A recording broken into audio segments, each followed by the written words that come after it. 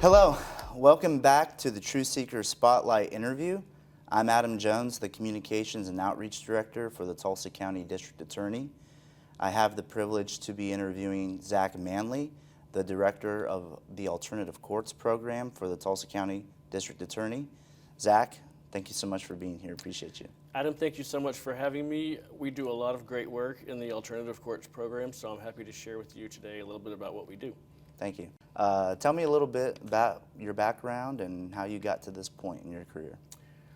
So my background, I'm a native Tulsan. I was born and raised here for the majority of my life. I went to Bishop Kelly. I got my undergrad in theater and film. Excellent. And I moved to California for a little while, and I did a little bit of extra work in some movies. Great. A lot of TV. I got to play a lot blurry high school kid in a lot of 2000 era TV shows. It's a big role. Girls, Seventh Heaven, The OC, stuff like that. Eventually I got tired of being broke living in California, so I moved back to Oklahoma. And I had lots of different jobs that weren't really that fulfilling. I worked for a moving company for a while. I worked in industrial tool sales.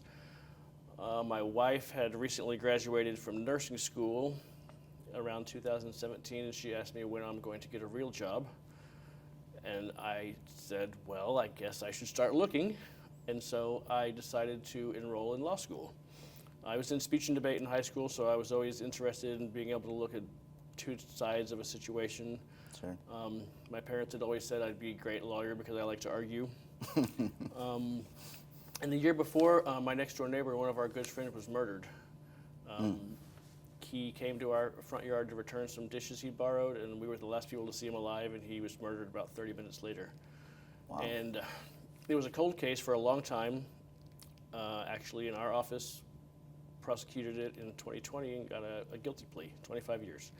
So that was kind of the catalyst for me wanting to be a prosecutor, was, watching my friends' families suffer through that violent crime, and looking for a way to kind of be a part of that process to resolve those kind of things here in the Tulsa community. So, what about that situation in particular made you want to be like, I want to be a prosecutor? Well, I didn't want to be a police officer because I didn't want people shooting at me, and I didn't want to have to be shooting at other people. Where I really obviously value their service to Tulsa, I just don't know that I'm cut out for that kind of work. Sure. But I wanted to be a part of getting justice for the family. It was very traumatic for my wife and I. It was traumatic for the family, and at the time you want to do something to help, and there's not really much you can do when someone's child has been murdered, But after the fact, finding ways to seek justice and hold the individual accountable for something like that, that was something that I could do, I felt like. Yeah. How did you get interested in alternative courts, and explain to us the work that you do? So I'd been in the office originally I started here as an intern. It was my first internship, and I just never left. I really fell in love with the work we do at the Tulsa County DA's office. There's so many different areas of practice just in the DA's office that if you get tired of one thing or one particular area it doesn't suit you, there's so many different areas of law that you can practice here at the DA's office that you can surely find something that you're good at and that suits you. And so I'd been in the office about, I want to say maybe 3 years at the time. I had done general felonies. I'd interned on a couple of different dockets. And at the time I was working on the Crimes Against Children team. I had originally wanted to join that team because of Amy Dickens. I thought, she was a really, really great attorney, and there was a lot that I could learn from her. So I wasn't super thrilled about being on the Crimes Against Children team just because of the nature of those cases, but I really wanted to take an opportunity to learn from a seasoned attorney in our office who was really, really good at her job. And so I joined that team, and I had been doing that job for about a year, but I have children, and I have in particular a teenage daughter, and the weight of those cases and the subject matter of those cases was pretty heavy to handle, especially having children. I struggled a lot with the nature of that work. Although it's great putting those kind of defendants in prison, it's just a lot, especially for me having children around that age. And so I was looking to not have to kind of be involved with those. I mean, they're the worst cases in our office, Yeah. quite frankly, you know. Yeah.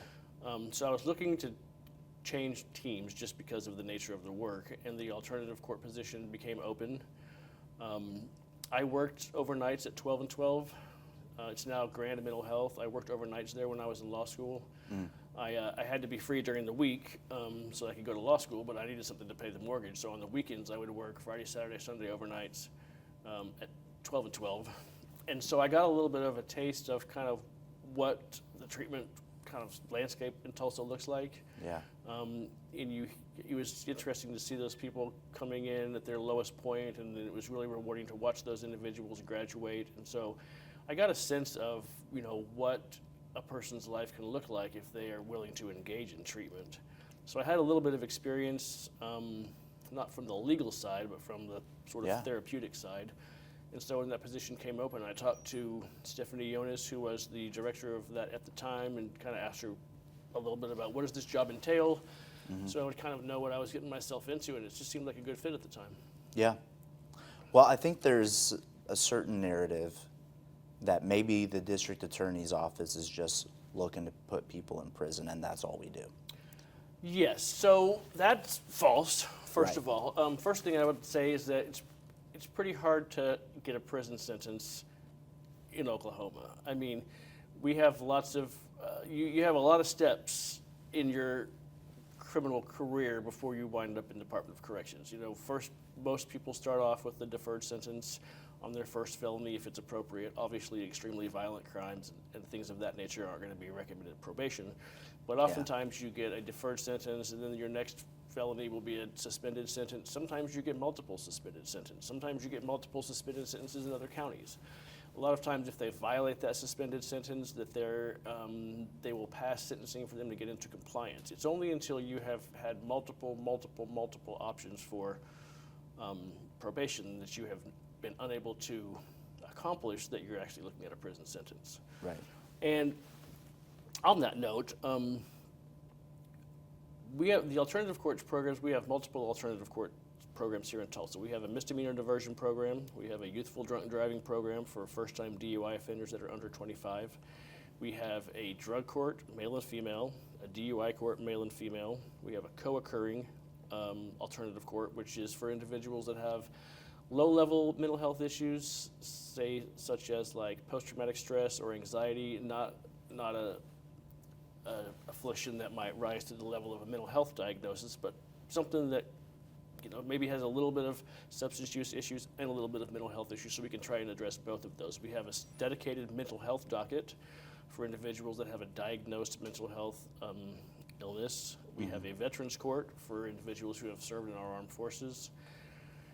We have a civil mental health docket for individuals who are a danger to themselves or others, or who are unable to take care of their basic day-to-day needs. And we also recently, probably approximately a year and a half ago, started a reentry court docket, which is for individuals who are being newly released from prison. It's basically a resource docket so we can try and get them the help they need when they're getting out of prison. A lot of times when you get out of the Department of Corrections, you're given a bus ticket, $50 in your pocket. You've got no job, you've got no place to go, you've got nobody that'll hire you. And so the reentry court docket is a new docket that when you are released from prison, we will have you set up with a place to go, to live, help getting a job, help getting basic documents, driver's license, birth certificate, social security card, all those barriers that a lot of recently released individuals face when they're trying to reintegrate back into society. And, you know, 95% of people who are sentenced to DOC are going to get out eventually. They just are. Right. And so our thoughts were that if we can help individuals overcome those barriers that prevent them from successfully reintegrating, they're going to have a much greater chance of success and not reoffend than if they don't. Right. So tell us a little bit more about what these people who are in these programs, when they graduate, what all have they accomplished to be able to achieve that, and what kind of footing are they on leaving that program? Sure. So you've talked about, you know, there's some misconception about, you know, the Tulsa County DA's office wanting to send everybody to prison. There's also a misconception about drug court, that it's a trick, that we're setting people up to fail. We just want to get them in there so we can send them to prison. But the facts support a different reality. Like, we have approximately a 70% graduation rate. 70% of the people that plead into our program graduate the program. It's hard. The longest amount of time you can spend in there is 3.5 years. If you haven't got it done in 3.5 years, they're going to move you out so that you're not taking up somebody else's spot. The average time of completion is about 18 to 24 months. They will have received about 200 hours of counseling within their first 3 phases when they get into the program. They meet on a weekly basis with the judge, their counselor, the DA's office, their supervision officer. So we know in real time what these people's struggles are, what their successes are, so we can adjust the treatment program to that person's specific needs. What you need out of the program might be different than what someone else needs out of the program. So we don't have like a one-size-fits-all, kind of approach. It's tailored to whatever specific needs you are suffering at the time. But they're required to get a GED if they don't have a high school diploma. They're required to get a job if they don't have a job. They're required to pay back any restitution that has been assessed in their case before they are allowed to graduate.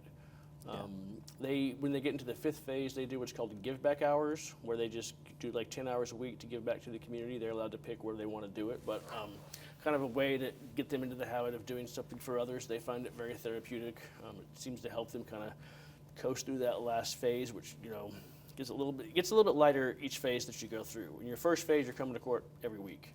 Second phase, you might come every other week. And so as you get through the phases, there's different levels of responsibility. They have to have maintained sobriety for a period of 90 days, I think, before graduating. Ultimately, relapses and restarts are going to be part of the process.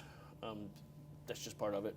Yeah. But, I know you've been to the last graduation, and so you've heard some of the speakers, but when you hear them talk about what their life was like before they got there and what their life is like after, it's really something special. I remember one year they calculated like this graduating class was looking at like 422 years of incarceration, like $130,000 worth of restitution. Like, it sort of broke down like what could have happened if they had chosen a different path or just decided to go to prison.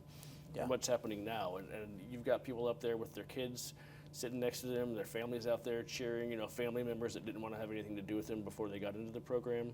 It really gives people an opportunity to, if they want to change their life, it gives them an opportunity and all of the resources to do that. Yeah. And the resources that you get when you're in drug court doesn't end once your case is over. They have an open door policy. If you're ever struggling, if you ever need help, if you have relapsed, you need to talk to a counselor, walk back in that front door and they will get you the help that you need. It doesn't end just because their case is ended. So what's your message to people who see this issue and are motivated to try and make an impact for families who are having drug abuse issues, alcohol abuse issues, and other things that have led to them maybe making some criminal choices? I would say that if you have a case or you have a family member that has a case that is eligible and appropriate for drug court, I highly recommend, or any of our alternative court programs, I highly recommend that you give it a shot. Because I like to say, like, our docket is the only docket where everybody's in a better position when it's over. Yeah. You go to a regular felony docket, at the end of that case, either that case has been dismissed or not guilty and the victim does not feel whole. Yeah. Or that person's got a felony conviction, the defendant, or that person's going to prison. Yeah. Nobody in that situation at the end of a normal docket is in a better position. Yeah. We make sure that we have victim approval for any crime that's taken into our program. So the victim knows before they enter the program that what's going to happen, and they're okay with that. So if you graduate our program, our victim's in a better place because they've been given a restitution and been made whole. Tulsa community is in a better place because the chance of reoffending once you graduate from our program is about 2.5 times less than if you don't. So it's almost cut in half if you participate in our program. And if you graduate, you don't have a felony conviction, you're not going to prison. Like, usually we dismiss and expunge your case once you complete. So it's the only docket that I know of where everybody's better off once it's over. Yeah.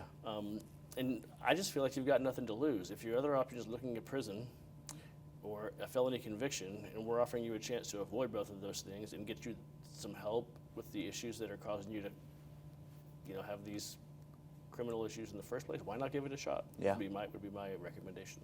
Great. Well, thanks for sharing. Of course. I think everybody is informed about what you do, and we're grateful for what you do. Thanks to all of you for joining us, and we'll see you next time. Thanks for having me.